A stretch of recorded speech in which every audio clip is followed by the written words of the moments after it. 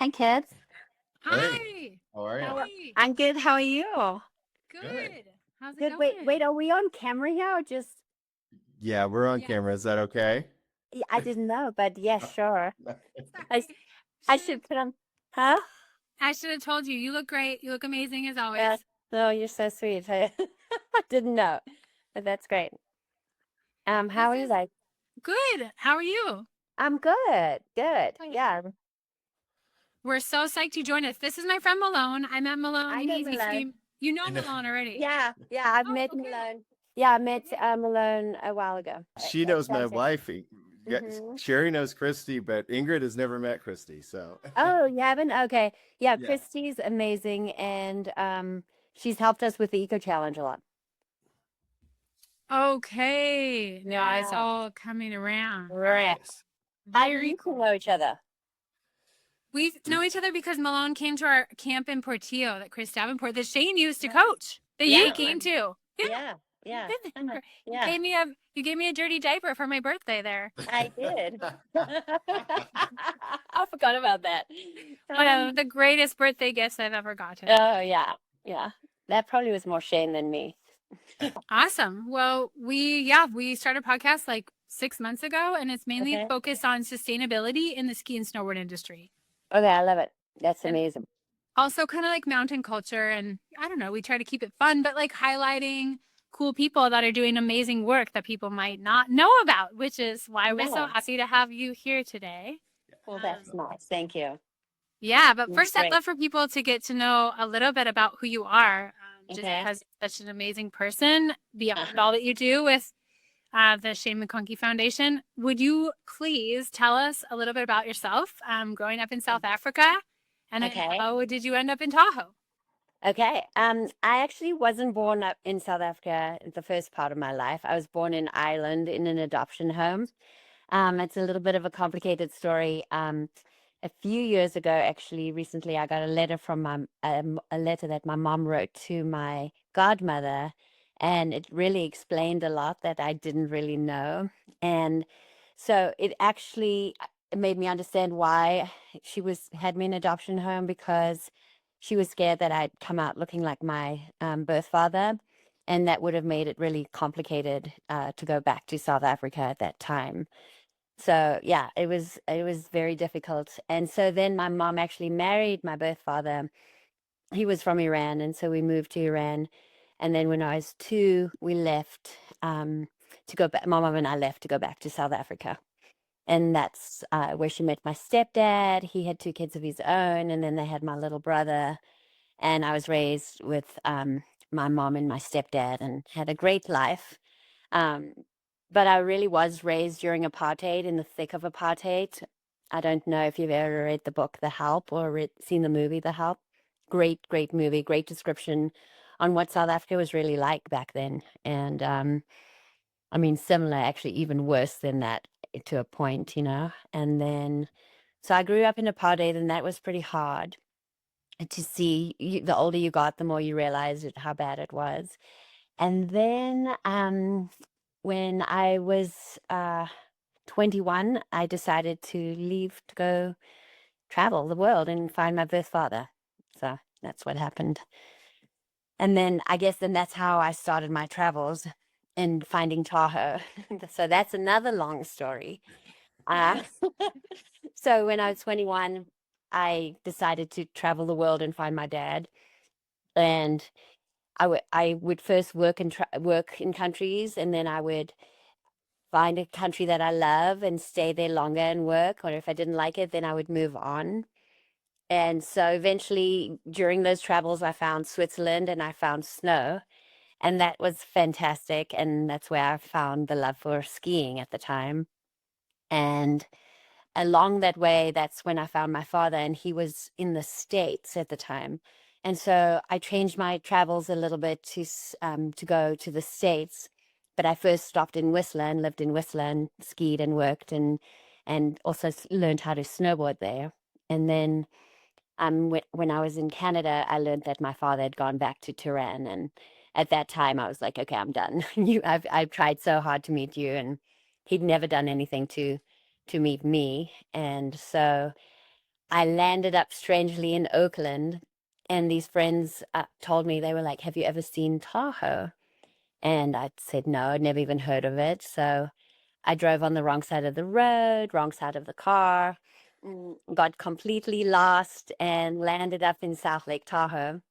And I got offered a job making snow, and I was like, "Ooh, I don't think I want to do that." And then this guy said to me, he's like, you look like you should maybe go to North Lake Tahoe." So I drove um through the West Shore, and the harvest moon was coming out of the lake, and I was like, okay. And it's been 36 years. So I just, yeah, it's a lot of adventures. I was so immature when I left. I was so naive and clueless. So I've had a lot of incredible adventures. A lot of them were scary. A lot of them were fun. A lot of them were funny and life changing, So it felt like 3 years of college and traveling around and doing lots of crazy fun things. So yeah, but it led me to Tahoe. Mhm. That's amazing. You got profiled as North Tahoe, not South Tahoe. He said you don't know. like that.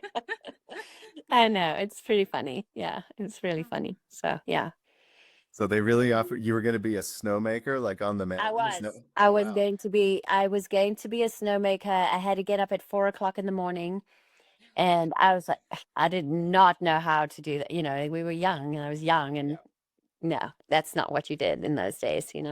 So yeah, so I'm glad it changed, and I landed up in. I mean, there were some funny stories coming to North Tahoe too, because yeah, I landed up at the uh what is that place called next to Jake's? Just this funny hotel, and it was a heart-shaped bed and a heart-shaped Oh yeah, hot tub. totally. Yeah, Yeah. yeah, and that Hot was dog. super. Yeah, Yeah. the from the hot Yeah, dog movie. it's like, Yeah, yeah, they gave me a exactly. little mini bottle of champagne, and yeah, there's so many crazy stories. But if you look at it back at like not finding my father and that disappointment, I don't have that regret, because if it hadn't been for him, I would never have come to America, or I'd never have traveled. So it's been it was meant to be. So I'm fine.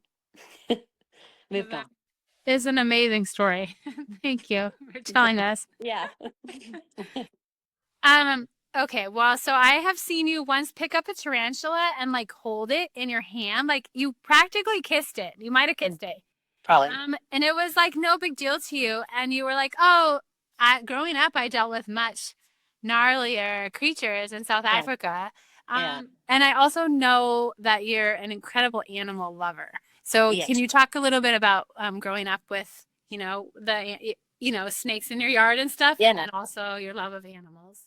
Yeah. I mean, I love animals. I love tarantulas. They're cute and fluffy, and they're not they're not aggressive unless you hurt them. They're gonna bite you, and it's like a bee sting. So I think, to me, animals sense so much of your personality, and they know if you're gonna hurt them. And growing up in South Africa was a lot more tame than in the US. Like, I've been charged by elephants. I've had ostriches poke their head into our car and steal my can of Sprite, and like monkeys come into our house and just do some obnoxious stuff. And so there's definitely been some occasions where I've just been like, wow, this is kind of scary. I mean, rhinoceros, everything, you name it. We grew up in a lot of game reserve, or going to a lot of game reserves, so there's been some adventures. But my mother loved animals, and so she passed that down to me. And I don't think I'd pet a mountain lion in Tahoe, but I've had experiences of,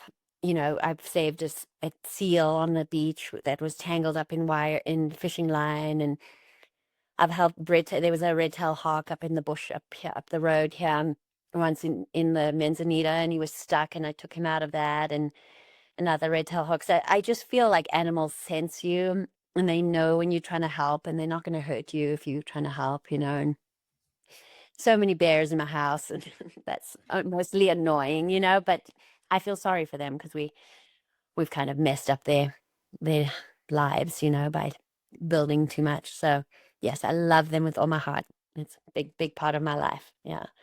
Even poisonous snakes? How do you Oh no, I mean, I respect them, but I'm petrified of snakes. I'm absolutely petrified. Even garden snakes, I get scared. Like, my mother where we grew up on the south coast of Durban, some of the most dangerous snakes in the world, like black mambas and green mambas, were everywhere. And my mother would have had this huge poster of all the snakes so we could learn them in case we got bitten. And she'd be like, if you get bitten, you have to grab the snake so we can take it to the nearest doctor so he can give you the venom, otherwise you're going to die. And then the pictures would show what you would look like if you got bitten, and you pretty much had 4 minutes to live if you got bitten by a black mamba, and then you would die. So I'm so scared of snakes. Yeah, that's the one I'm scared of. Yeah. That is terrifying. Yeah. Yeah, completely terrifying. Yes, completely terrifying. Yeah. But there's Yeah. not really too bad of snakes in Tahoe, are there? No, I mean, I hear we've people have found a couple rattlers, but I think for the most part, you're not going to die. I mean, unless you're really old or sick or really young, you're not going to die from a rattler. But we don't have the black mambas or the green mambas or the Yeah, the- yeah. those are the really scary Yeah. ones. Yes, exactly. So All right. Well, shifting Yeah. gears, this Yes. episode is about you. Yeah. Of course, Shane was your husband. So Yes. I'd like to ask you a bit about what it's like for you this many years after losing him. And I mean, in a way, you're almost a proxy for him within the ski industry, where everyone directs their like feelings about him to you. And I'm sure people come up to you all the time. I've seen it happen. Yeah. And just like express what he meant to them to you. Yeah. And I guess what is that like? I think in the beginning, when he first died, it was, oh my gosh, it was a mixed bag of emotions for sure. Like, I think I remember getting so irritated and pissed off with people because, like, I remember people saying, "Oh, I had a dream about Shane, and it was so cool, and he was so great," and I just be like, "Oh, great," like I just was having nightmares. So those were the things that were irritating, and then, but wherever you were in your like a circle of emotions, because there's so many feelings you go through constantly on a daily basis, there were times when I just loved talking about Shane and I just wanted to talk about Shane. And then sometimes where I was exhausted and I didn't want to talk about him at all. I just wanted to forget and move on. And you realize you never move on. You just keep fighting those emotions. And I think now after 17 years it's been, it's so nice. Like I feel it's so nice to hear what Shane has done for people. Like I love hearing the stories from different people, and especially now it's more like what Shane has done for people, how he inspired them, and that's a great feeling. And then for Ayla, it's been amazing for her to see what her dad did and how he affected people and how he affected the ski industry. He just, it's been great for her to watch how silly he was and what a dork he was, because she really didn't know him because she was 3. And so it's now that I'm stronger and, I've moved forward a lot more. I feel much stronger and I feel really good to talk about it. Yeah. In him. That's nice. Yeah. Do you feel like now you've almost become unwittingly like talk to Sherry, like when we lose somebody in the ski industry, like you're almost like been forced to become a leader of a club that you never wanted to be in the first place?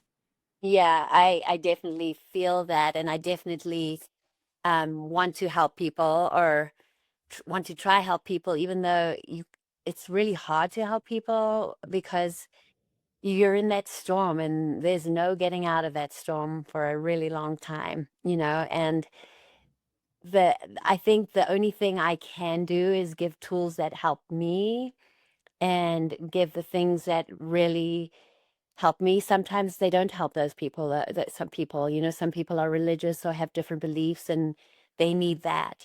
So I'm here to say, look, I'm here. I I'm happy. My life has been so good. I'm so thankful for my daughter and for my friends and for my community that's held me. Um, and to just because life is beautiful, and we all going to go through loss and we're all going to go through this at some point in our lives. So just learning that you will be in that storm, but you will come out is maybe helpful to people. And so I love to help I mean, I don't love that they're going through that, but I love to be there to help support. Well, yeah. It feels good. It's a little bit of a positive if you can make a tiny Yeah, I mean, there's bit. times that, there's times when I honestly, like, I go back to that. Like, I think whenever you hear of a death or go to the death, especially from similar to what I went through, I think I feel that initial, like, pain that you're going through, and then, like, remembering how they feel when they wake up the next day and all that. So it brings back something for sure, but it goes away quick enough to be able to say, hey, you're done with this. You can go and help somebody else. You can say, you need to do MDR, you need to do this, you need to write, you need to journal, you need to read depressing books to show that this is part of life. So those are just things that help me, and I hope that helps them. So That's awesome. yeah. Okay. You've always been very fashionable. Yeah, I know your mom was a model, and I'm sure you probably modeled Yeah. a bunch along the way. I'm sure you've been in like a catalog shoot for like a snowboard brand at some point. But how do you feel about white tennis shoes and why? Okay, well, my mother, I love you. You remember all these things, Ingrid. You're so funny. I don't know the story, so I'm Yeah, excited. no. So my mom, once again, such a big influence in my life, because even though she was a supermodel, she hated that statement. She was more of an artist, but she was a supermodel and she was stunning. She always used to tell me these funny little things that Shane called stupidstitious, like superstitious stuff. And so she always said, never trust a man that wears white shoes and doesn't love animals. And I was like, okay, I kind of get the doesn't love animals. That's a big red flag for me. But if white shoes, why? But to me personally, I do not like white shoes. I think they make you look like you're wearing boots on your feet because they're so big, and they look so much bigger because of that optical illusion. And I just don't like them. You have to wear bleach to clean them. Like, it's just not environmental. It's not good. So no white shoes. 100% agree. All right. Yeah. Yeah. Good. That's awesome. All right. Well, I've been hogging the questions. I'm going to turn it over to Malone. Okay. It's his turn. It's my turn. I get to ask. So I know you're a snowboarder because my wife was excited when she was able to keep up with you, but she's a skier, but she was happy that she could do that. And she said, you're actually a very good snowboarder. He Which I rips. think, Totally rips. right. Which, could be surprising to some people. And so did you ever consider going pro, or were you ever pro? No. No. I think for me, I never thought about that. No. And I think I just have always loved the mountains and love being outside. I did do a couple of mountain bike races. I'll blame that on John Morrison. But I definitely didn't like that pressure or like that feeling. I didn't like winning at all. Like, I felt bad for the person who got lost, or it just wasn't for me. I got nervous and scared, and I'd much rather just play on the mountain and have fun. I love the mountains. I love climbing and biking and snowboarding, and that's more than enough for me to stay there. Yeah. Let's talk about the foundation. When did you start the Shane McConkey Foundation?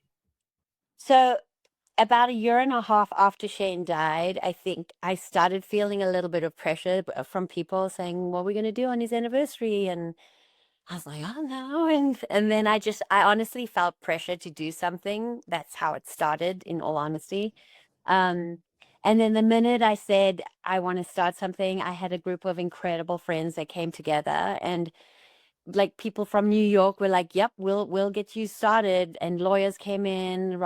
This friend of mine, Rob, came in and was like, yep, we'll get you a nonprofit. It was just incredible how everybody came together and said, yes, we'll do it. And at first, none of us really knew what we wanted to do or where we wanted to go with the foundation, because we were still all emotional and hard, and it's hard to come up with something. So we just donated money. We'd have the Pay McConkey and the gala. We donated money to causes that we care about. So in the last 17 years, we've donated over over 1 million now. And then like 4 years after that, I came up with this idea for the Shane McConkey EcoChallenge. And this is a competition that's nationwide where students see a problem in their area and then they solve that problem and they enter it to shanemcconkey.org, and there's $27,000 in prize money. And that has been amazing. It's been really cool. So the two main events that the foundation does every year is the Payne McChlonky, which is in Palisades every March, which is very fun. I've been. Ingrid, have you been?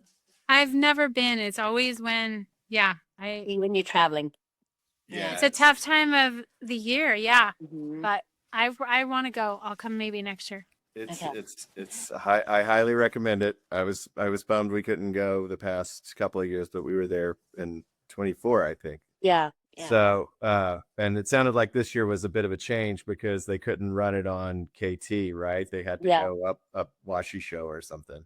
They started the head wall lift, but it was one of my favorites because we had like Darren Rawls and we had Johnny Pelletier and Ayla McConkey. It was one of the funnest, most hilarious races I've ever seen because, at our meeting at the bottom at Wildflower with Susan and everybody, Mike Rosen goes, okay, guys, you're not allowed to do this, you're not allowed to do that, you're not allowed to do that, and then, but no rules apply, So they got to head wall, and Kyle Crozet was at the head wall, and he was like, okay, everyone go to that pole. And half of the people looked at him and was like, no way, and just started the race. And that's exactly what Shane would have done. And Ayla was one of them, and Darren followed the rules, and so did Donnie Pelletier. And then he realized, and then so Teelan Lane won, I was so happy that he won because he's just been doing it for so many years. And it was hysterical, guys. Like people were dying laughing because it was so obviously cheating, but they won because they cheated, and they needed to cheat to win. So it was cool. Yeah, it was very cool. I would be so nervous to snowblade down that hole. I would be terrified, like more than skiing a big mountain line. I would be terrified to race people down on snowblades. Everybody says it's the most terrifying race, especially when it's on KT. Especially on KT, yeah. Yeah, and especially on a powder day because it's just, it's hard. And then you have to run uphill too. So I'm always so impressed with, didn't Wendy win it like several years in a row? Oh yeah, she every single time she comes, she wins. So yeah, and she's impressive. What a freaking badass! I know, she's badass. She really is. All right, so back to the technical aspects. So the money raised at PMS, and that is part of what goes to fund the EcoChallenge, right? Yeah, so we do a few different events. We do Snowfest where we do beer, and then we do PMS, and then we do a golf tournament, which is spectacular, like in Shane form once again. So all that money, we don't only fund the EcoChallenge. We do a few things. We have a $5,000 Shane McConkey scholarship, and then every year we give $10,000. Like this year, it went to the Nordic search and rescue. Obviously, because it was a good reason to do that this year. And then, so every year somebody gets $10,000, and then we give out at least another $5,000 to causes. Like I always give to High Fives. This year we gave to Hawaii for the floods. Like, so we find something that needs it the most, and we give that. So we give approximately close to $50,000 a year away a year, and part of that is the EcoChallenge prize money. Yeah. Right. And so you said you started the EcoChallenge about 4 years after the foundation started? 2013. Okay. No, 2014, sorry. Okay. And it started really slow. Like at first we got 4 entries, then it went to 6, and then last year we doubled and went to we up to 69 entrants, and like each entrance has a lot of kids, so it's definitely over 3,500 kids that we've affected or that have entered. But this year, I just finished judge. I didn't judge. I got fired from judging because I get all emotional and I want everyone to win and I suck. So it's probably for the better. But this year, I cannot even, it's so hard to show everybody what these kids are doing. And it makes me so proud to see what they're doing because they're making huge change. It's just the intelligence of these students out there, it just makes me feel so incredibly uneducated when it comes to reading what they're doing. It's mind blowing. I mean, I'm happy to send you our Google Doc with all these entries. It's just incredible. So I love seeing all the different entries, whether they a green circle, which is just an upcycle art project, all the way to the extreme is just mind boggling. They're going after policy, they're making huge change, they're affecting neighborhoods, they're getting people, lawyers coming in to sue like dumps for polluting the area that they live in. There's it's mind boggling what they do. Oh, Yeah. So what, this year was a big deal. And what yeah. range? So up through high school, did you have? What kind of range of grades, ages did you have this year? Yeah. So we have elementary all the way through university now. Oh, university. Okay. Yeah. We having a hard time figuring out how to get into universities. We've found a way to get emails to the science teachers Mhm. in schools, in the elementary through high school, but not in the university. So that's trickling in just like because we first started with elementary through high school, and now a couple of years ago we went to university, and so it's starting to happen, but I think it'll take a couple of years for universities to realize what we do and how we do it, how it works, you know. So my dream would be to split the competition between elementary and middle school and then high school and then at university. So that if the more entries we get, the more possibility for that. So Oh, that makes sense. And so yeah. yeah, that's cool. Yeah. And the entries are due on Earth Day 4/22. Yeah. And then so you said the judging has been going on. When will you announce this year's winner? Yeah, so we just sent them to the judges as of Monday, and then the judges have 10 days to judge, and then so middle of May we'll be able to announce the winners. And then you'll see on our we'll announce it on social too, but you can also see it at shanemcconkey.org. You can see what the actual winner projects were. And then maybe this year I spoke to our web designer this year. I feel like we should because I felt like so many of the Black Diamond and Extreme entrants should have won. Like like everyone was a winner to me. I was like, oh no, they should win. So that's hard for me, you know. So I don't know. I just wish they could all win because they are winners. But to me, they're all winners because not only like over the years, you've seen what the EcoChallenge does. It's not only about winning and winning the money. These kids learn how to start a project and then finish a project. They learn presentation skills. They learn how to influence others. They influence their friends and families, and it's just it and communities. Like, and then eventually they go off to college. And a lot of these eco challenges, because it's been going for so many years, I've seen these kids going to study environmental science or engineering or something like in the environmental world. So it feels like it's making a really good circle of love in that sense. Because just one of our projects that won in 2020 was called Don't Drop the Top. This amazing teacher, Ashley Perkins, she's now a vice principal at an elementary school in Truckee. She started this program called Don't Drop the Top, and they saved lids around town and they made some benches out of the lids. And we were so impressed with the project that we adopted it with her. And so now, because of that, we have 11 different drop-off locations where we collect these lids because they just sit in the landfill forever. And then we ship them off and make benches, and now they're going down the legacy trail and they get sold, and they're all over the place now. And so far we've saved 8,200 pounds of lids from the landfill, which is, if you think of it as a picture, it's like basically two huge full grown elephants which is a lot of lids. And but what I love about it is that these I was going to say elephants, but not elephants, but these lids, we do 2 sorts a year where we get 100 volunteers to come in and help us sort out so we can ship it to Indiana to make the benches. And it's amazing what it's done to our town. I mean, every single person comes up who does this comes up to me and they're like, I cannot believe how many lids I have every week.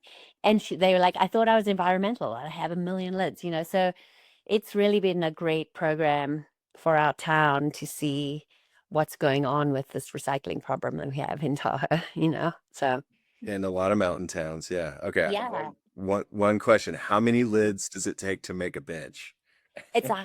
we haven't quite figured that out yet, but Okay. it's 100 pounds 100 pounds. of lids to make a bench. Yeah. So I put it into ChatGPT and he said something like 23,000 lids or something like that, but who knows if it was right. But yeah, it's pretty significant. It's definitely made made a difference, and it's shocking to see just what lids do. So then you start to think what other things do, and it's quite a big deal. So for me, that project called Don't Drop the Top has been such a good project to show what the EcoChallenge is actually doing, you know, like what like one project has saved 8,200 pounds from the landfill. And so think about all the other projects that are happening. Like last year, this kid in Oakland changed all the filters in the water filters in the school because their kids were getting sick because there was lead in the water.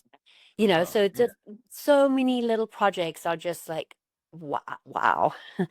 What they are doing is making a difference. And I hope it just gives me hope for the future because a lot of kids have anxiety around this, you know, climate change, and so I feel like the more they do these projects, and it's been proven, the more people do projects, it makes them feel better, and it makes them more positive, and it makes that continuous circle of positivity go around, you know. So Yeah. And it's great that you're getting into university and high school participation because some of the guests Ingrid and I have had have commented because there's this like the kids are getting a lot of sustainability education maybe up through middle school and then it just drops off. totally. So encouraging them beyond that is I think another significant contribution that the EcoChallenge is making. 100%. Like one of our teachers in North Tahoe makes her students, she's a science teacher, she makes her students do a environmental project to better their grade. And what I've seen over the years now, because she does this every year, and it makes me so proud, is she's influencing every different culture. You know, like this year, a ton of Hispanics did this most amazing project, which it's so good to educate everybody so they understand, because a lot of people don't know anything about it. You know, they've never been told, they've never been educated. Even the schools aren't very good at talking about this. It should be a science project, you know. So it's been great to see what these kids come up with. And this year again was another project that was a green circle, but it's just so great what it's doing for these kids to make them recognize what just trash does to our lake, you know. Yeah. Just explain. It could be tiny projects, you know, but it Right. makes a big difference. So just explain, you've mentioned green circle a couple of times. Will you just explain what that means for people?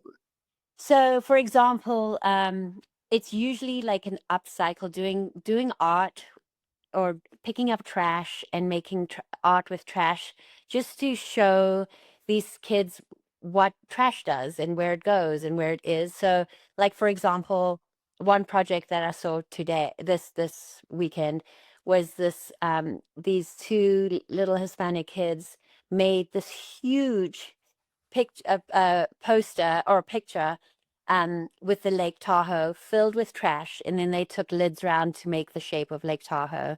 And then they wrote about what the trash is doing to the lake and how many microplastics there are, and how I mean, I think Lake Tahoe has one of the highest microplastics in North Tahoe lakes. in North America. So that's sad. So they learn about that. So it's a really simple project. It's not that involved or complicated, but it works more for kids in elementary school. And so they start doing these projects at an early age. Like I know one kid that started this project at a really early age and now has done so many projects with the EcoChallenge throughout the years. And every year they go from Green Circle to Blue Square to Black Diamond and now they've entered as Extreme. So it's starting them from an early age, learning you can make a paper mache pig out of trash, and flour and water, and use only natural, or you can make something out of plastic garbage and make something really beautiful. Like this one girl they had this fashion show called the Trash and Show. And so they made clothes out of not only trash, but embellished things out of like bicycle tires, and sewed things onto their clothes. Like some kids say go to thrift stores and cut up little patches and make their clothes look cooler. And so there's so many different little projects that they can do. And then they get inspired and keep on doing it and go bigger and bigger and bigger. So it's That's been great. amazing. We've talked a lot about the things that move the needle environmentally on a large scale is like policy wise. But individual actions, I think what you're saying is individual actions and getting involved really help, because then it helps people feel invested and they feel like the second you make a small change, then you're inspired to maybe make a bigger change. And so it's really important to, do something, even if it's start small and you see what that impact has, and you can grow it from there. Exactly. So like I said earlier, a lot of these kids have started at small EcoChallenge, and now this one girl that I know, she's amazing. She's a senior. She's fully invested in policy. She's only working with policy. And about, I would say, at least 4 of the extreme EcoChallenges were the challenges was all around policy. So you can tell they've learned from a young age, starting, the EcoChallenge with doing a little art project, learning this is bad, what's going on in the world. And then just they keep on getting better and better. And policy is where we have to go. That's the only way that this change is going to happen, and that's why power is so hugely important in this world right now. But I think if we start kids at a young age finding these habits of create to better the world and learn how hard it is to make change, and do it gradually, then when these kids grow up, they're going to be ready to change policy and make that change happen. So, right. So how are they getting involved in policy? Like, that's pretty impressive. Yeah, so this one girl from Texas, Oh, wow. Great. yeah, which I was so proud of. She basically wrote this whole book on policy. Well, it started off where they had this whole blackout in Texas for 2 weeks. They didn't have any power. Right. And so she came in and started writing this whole basically it's called a BioLeaf, and how if we use BioLeaf it's a type, I'm going to botch it what she said, because like I said, she's so incredibly smart. But this BioLeaf can be a new form of electricity, but we have to get into policy to change these ways. So she wrote this basically like a book. Wow. On how to change policy and how to make this change. It's incredible. That it's probably going to be one of the top winners for sure. So you'll see it online. And then another girl, she was from, I think, Florida, and she did another thing on policy but she did a lot of different things. She did like 3 different things on water and global warming, all written up with policy, ways to change policies through taxes, through charging people people who are polluting a higher tax bracket. And yeah, it goes on and on and on. And it's insane what they're doing. And then there was these other kids, that there's a dump in California that's causing sicknesses in their town because of all the gases, and they went and measured all the different pollutants that are coming out of this dump. And now they've gone to lawyers to see if the lawyers can get so there's a million different things that they're doing that on such a high level that could eventually hopefully affect policy and go to the White House. That's incredible. Impressive. I'll send you the Google Doc so you guys can read it. I honestly thought last year I was petrified that we wouldn't get any eco challenges, and the fact that it doubled made me realize how many people are scared and how many people want change, which was really uplifting for me. I think you've kind of covered what, your goals for the future are, because you want to expand further into universities and stronger there. But I don't know if there's anything else you want to speak to that about future goals for the program. No, my goals are just to keep on having our crazy fun event and having people live life to the fullest, and as Shane used to say, get the maximum enjoyment out of life, and keep giving back to this planet, because this is all we have and she gives us everything. And so like I say, we have one life lived and we have one world protected, and I really wish people would believe that part of the world, that we need to protect it. I mean, that's such a great, good quote to end it on, but I do want to ask you about yoga really quickly. Like, that was so perfect. I should just leave it, but I can't. I just want people to know You could edit it. Amazing. I just feel like people should know how amazing Sherry is, because not only from running this foundation, being a mother, taking care of animals, she's involved with Save the Bears Tahoe, so many things that she does. She's also an incredible yoga teacher, and her classes always fill up. I'm not like a super yoga class person, but whenever I get a chance, if Sherry's teaching, I will go out of my way to do it. And I guess I just, if you don't mind talking about that for a second, just what does yoga mean in your life? I mean, I love yoga with all my heart. There's so many components that makes why I love it. First of all, I think at Palisades Yoga, I love my community of friends that come and do yoga with me. It's really funny. I wouldn't say, I mean, I'm not quite right when I teach yoga too. I'm not like this, I still get my lefts and rights wrong. I still can say the things that come out of my mouth are quite shocking and make people laugh. But I just love teaching, and I love my people, and I love what it does to our bodies. Like, I really know for years I used to think I needed to do yoga because I beat my body up a lot, and since I've done it, you just realize how badly we need to do yoga and how important it is. And I think I love teaching what's good for my body, and what's good for my body seems to be good for a lot of Tahoe people, because we're tight. I think I'm actually one of the tightest yoga teachers, because I I go to yoga and then I go ride my bike and I go to ride there and I go ski, so you go back to normal, but it feels really good, and I really love it. I love what it does to my mind. I love what it does to my body, as far as just how it feels and how I get onto the mountain and it makes me perform better too. So there's a lot that goes on with yoga that is good. And you do a retreat every year, right? I do a couple with my partner, MK Jackson, and we do this one, which is a camping yoga retreat at Camp Wamp, which is amazing profit. Yeah, on a It's little the coolest place. You do one there? Yeah, So cool. it's really cool. And Camp Wamp is one of the most amazing nonprofits. It's the Wamplers, and they are two of the most incredible people. They have this camp where they bring people with disabilities in camp and do this whole lovely camp. Mr. Wampler is in a chair. He has cerebral palsy, but he's ridiculously amazing man, and so is his wife.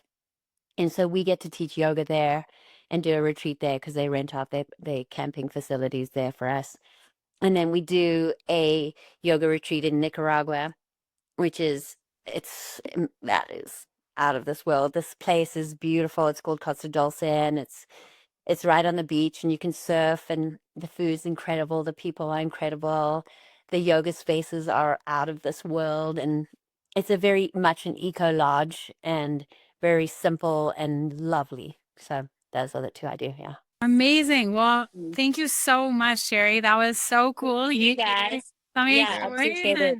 I'm so Yeah, I'll impressed. send you some of the Google Docs so you guys can see it, because it's in, if you, or you can see the highlight ones because there's a lot. But you should check out, in probably like towards the end of May we'll announce the winners, and then just go to shanemcconkey.org and see what these kids have done. And that I didn't explain it well enough because it's a lot to explain, but it's incredible. So I just definitely think we're going to highlight more of not the people who didn't win. We'll just say honorable mention, because yeah, I mean, I'd need at least 5 winners in the extreme category this year. So it's hard to choose a win. I'm so glad I'm not a judge. Maybe somebody out there will see the ones that didn't win and be like, you know what? I want to support that. Yes. That could be an option, maybe. Yeah. And that's what I'm hoping, some of these, especially the girl from Texas and the girl from Florida, I just really hope. I mean, I feel like they should be picked up by power and interned there, I just hope what these eco challenges are going to take they are going to take them somewhere, but it's pretty impressive what they do, and they should get a fantastic job, because they are going to do some major things in this world. So that'd be good. Thanks for providing an opportunity for all these kids and for inspiring us all. And yeah, thanks for taking the time to talk to us today. Yeah, thanks, Milan and Ingrid. It's nice to see you guys.